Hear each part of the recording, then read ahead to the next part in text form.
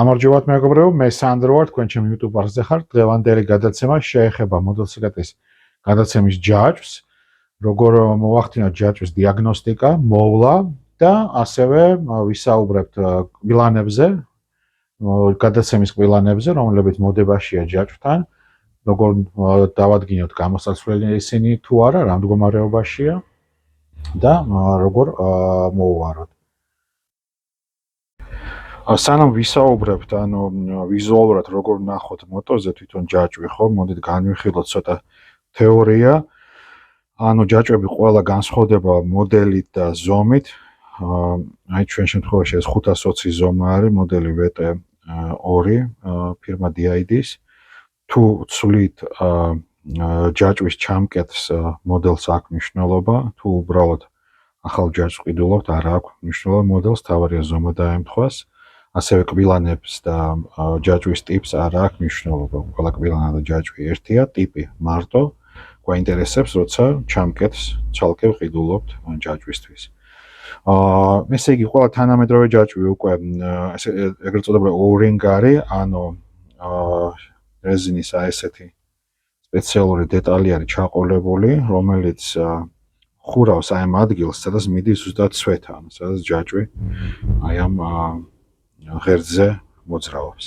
და ესეთ ჯაჭვს უფრო ნაკლები სერვისი ჭირდება პირველ რიგში, იმიტომ რომ ჯაჭვაც აწყობილია და მუშა მდგომარეობაში არის, იქ სადაც ზეთი საჭიროა, ჩვენ ვეღარ ხვდებით, ვეღარ დავზეთავთ. ფაქტობრივად ესეთი ჯაჭვის გაწმენდა და დაზეთვა ხდება მხოლოდ კბილანებისთვის, ჯაჭვსა და კბილანის შორის ხდება შეზეთვა და არა თვითონ ჯაჭვის დაზეთვა.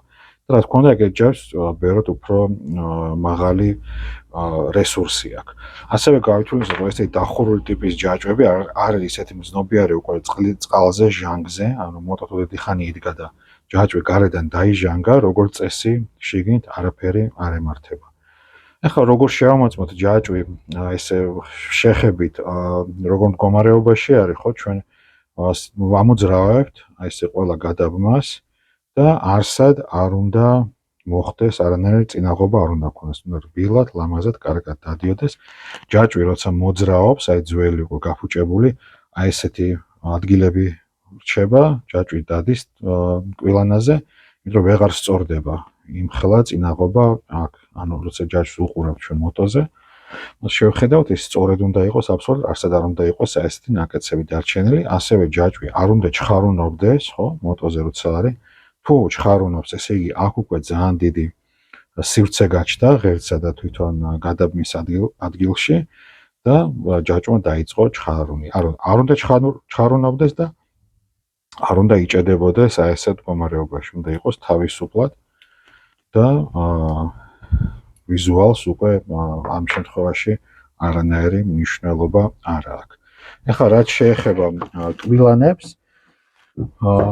აქაც ძალიან ადვილია ყველაფერი, როგორც გითხარით, კბილანა აუცილებლად უნდა შეესაბამებოდეს თავის ჯაჭვის ზომაში და არა ტიპში, მაგას მნიშვნელობა არ აქვს. კბილანას შეიძლება ეწეროს რა ზომის არის, შეიძლება არ ეწეროს. ამ შემთხვევაში დეტალის ნაწილი არის, კბილების რაოდენობა, ხო, 45 არის.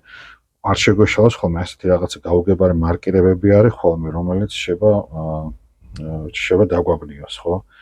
და ამ შემთხვევაში ეს დეტალის ნომერს ნიშნავს და არა თვითონ ზომას კბილანის. დავიწყოთ წინა კბილანიდან, წამყვანი კბილანიდან, ეს არის ახალი, ესე გამოიყურება, ესეთი თანაბარი სიმეტრიული კბილები აქვს.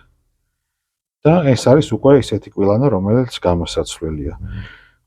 როგორ მივხვდეთ? ძალიან ადვილად, როცა კბილანას უჩნდება ესეთი ხერხის ფორმა, ხედავთ, კბილები ყველა გადახრილია ერთ მხარეს, მოცვეთილია ერთ მხარეს. ეს იმას ნიშნავს, რომ სასწრაფოდ კბილანა გამოსაცვლელია. ამ შემთხვევაში შეიძლება აი ზემოდანაც არც იყოს გაცვეთილი, ხო, არ არის ბასრი, მაგრამ წინა კბილანას ახასიათებს, რომ ზედა მხარე ცვდება, მაშინ როცა არასწორად არის რეგულირებადი.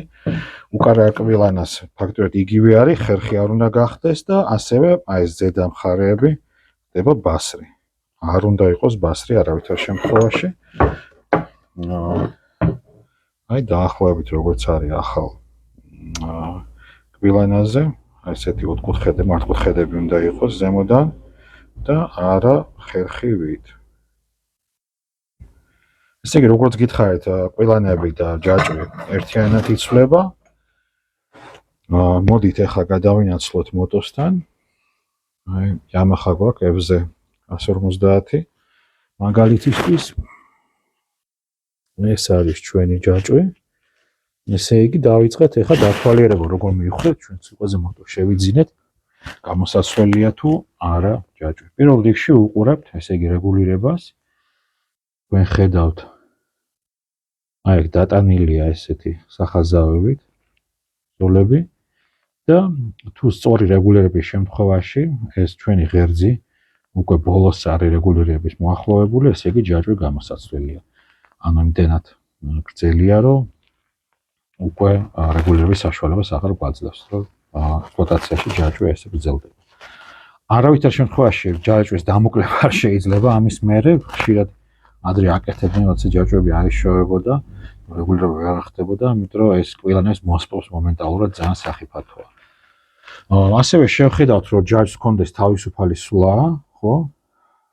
რამდენი უნდა ჰქონდეს, ან სტიკერი არის აქ მიდითებული, ზუსტად აჩვენებს, ან პატარა წიგნი ბუკლეტი, რაც მოყვება მოტოს, აუცილებლად წერია მან.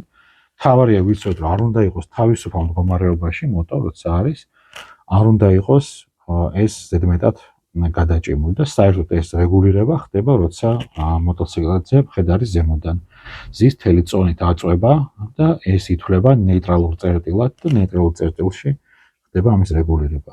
ჩვენ რა შეგვიძლია გავაკეთოთ, სანამ ხელოსნამდე მივალთ, რომ დავწმუნდეთ, რომ აქ თავისუფალი სვლა არის, იმიტომ რომ თუ ეს გადაჭიმულია ზედმეტად, შეიძლება ძრავის აუცილებლად ძრავის დაზიანებას გამოიწვევს. ყოველთვის ვიცოდეთ, რომ ჯაჭვის დაჭიმება არ ნიშნავს იმას, რომ ის ფიზიკურად იჭიმება, ის უნდა მაინც იყოს თავისუფალი. ეხლა ამ შემთხვევაში ჩვენ უყურებთ ეს ჯანსაღი ჯაჭვია, თქვენ ხედავთ, რომ ნაკეცებს არ იკეთებს, ყველაზე ცუდი ჯაჭვი აი ესე დარჩებოდა მოკეცილი. ხო, აი ესე მოძრაობს მოკეცილი ფორმაში, რომ არ იშლება იმის მერე, რაც კბილანაზე გადაიარა. ამ შემთხვევაში ყველა ეს თავისუფლად მოძრაობს, არსად არ იჭედება, უყურებთ. აი ესე ვაჩანჩხარებ და არაფერი ხმა არ არის, ჭხრიალის, ხო? რაც ასევე კარგი არის. და ნუ ვიზუალს უყურებთ ახლა, რომ რა თქმა უნდა, რაღაც დაზიანებები არ იყოს, მაგრამ ისევ და ისევ თანამედროვე ჯაჭვზე გარედან ჟანგი თუ არის მოდებული, რაც ხშირად ხდება ჯაჭვზე, პრობლემა არ არის ჟანგი არც ჯაჭვისთვის უკვე და არც კბილანის. რა თქმა უნდა, ჯობია რომ არ იყოს, მაგრამ თუ არის ეს უკვე ეს არ ნიშნავს მანდა მაინც რომ ჯაჭვი გამოსაცვლელია, ბოლოს და ბოლოს შეიძლება გაიწმინდოს და ისევ დაუბრუნდეს თავის ვიზუალს. რაც შეეხება ჯაჭვის რეგულირებას, მაინც გირჩევთ ყოველთვის პროფესიონალს მიმართოთ, იმიტომ რომ არასწორი რეგულირების შემთხვევაში შედეგი სავალალოა. ან უბედური შემთხვევა შეიძლება ჯაჭვი გადაძვრეს და გაიჭედოს ანქარასა და ბორბალს შორის, რაც დაბლოკოს გამოიწვევს უკანა ბორბალის მომენტალურად. ან ძრავის სერიოზულ დაზიანებას ისეთ მდგომარეობაშიც კი მინახია, რომ ძრავი დაზიანებულა არასწორი რეგულირების გამო, რომ რემონტი უკვე ვერ ხდებოდა. იმიტომ თვითონ ძრავის ბლოკით დააზიანა საკისარმა. ასე რომ ფაქტიურად ეს ყველაფერი რაც მომხმარებელმა უნდა იცოდეს. რაც შეეხება ჯაჭვის მოვლას და მის წვენდას, ბევრი საშუალებები იყიდება ახლა მოვლისთვის და პირველი შეკითხვა რაც ყველაზე ხშირად ხდება რა სიხშირით უნდა დაიზეთოს ჯაჭვი და მაგაზე გიპასუხებ, რაც უფრო ხშირად მით უკეთესი. ზოგ მოტოზე საერთოდ ავტომატური დასაზეთი აყენია, რომელიც სულ თითო წვეთს ასე აქცევს ჯაჭვზე და სულ დაზეთილ მდგომარეობაში არის. შეიძლება თუ არა ჭუჭყიანი დასრული ტალახიანი ჯაჭვის დაზეთვა, კი რა თქმა უნდა შეიძლება და თუ ჩვენ ამ ტალახიან ჯაჭვს დავზეთავთ და ეგრევე გავივლით მოტოთი, ტრიალის დროს ეს ზეთი მოაცილებს კიდევ ჭუჭყს და შეიძლება ესე დაზეთვითაც გავწმინდოთ ჯაჭვი. პირადად მე მოტოს რეცხვის დროს, როცა მივყავს სამარცხავში, მე თვითონ ვრეცხავ, ანუ ქაფით და წნევით ჩამოვრეცხავ უწყლიანად ჯაჭვიდან და მე ვასხავ სპეციალურ ზეთს. თუ სპეციალური ზეთი არ აქვს, ნებისმიერი აბსოლუტურად გამოდგება სპეციალურ ზეთს უბრალოდ. რაღაც მახასიათებლები აქვს, უფრო სქელი არის და ისე არ სვრის მოტოს ბორბალს, როგორც სპეციალური ზეთები და ისევ და ისევ ხშირი დაზეთვა ნებისმიერი ზეთით, მაგალითად ავტომატური საზეთში ჩვეულებრივი ძრავის ზეთი ისხმევა, რომელიც ზეთავს ჯაჭვს.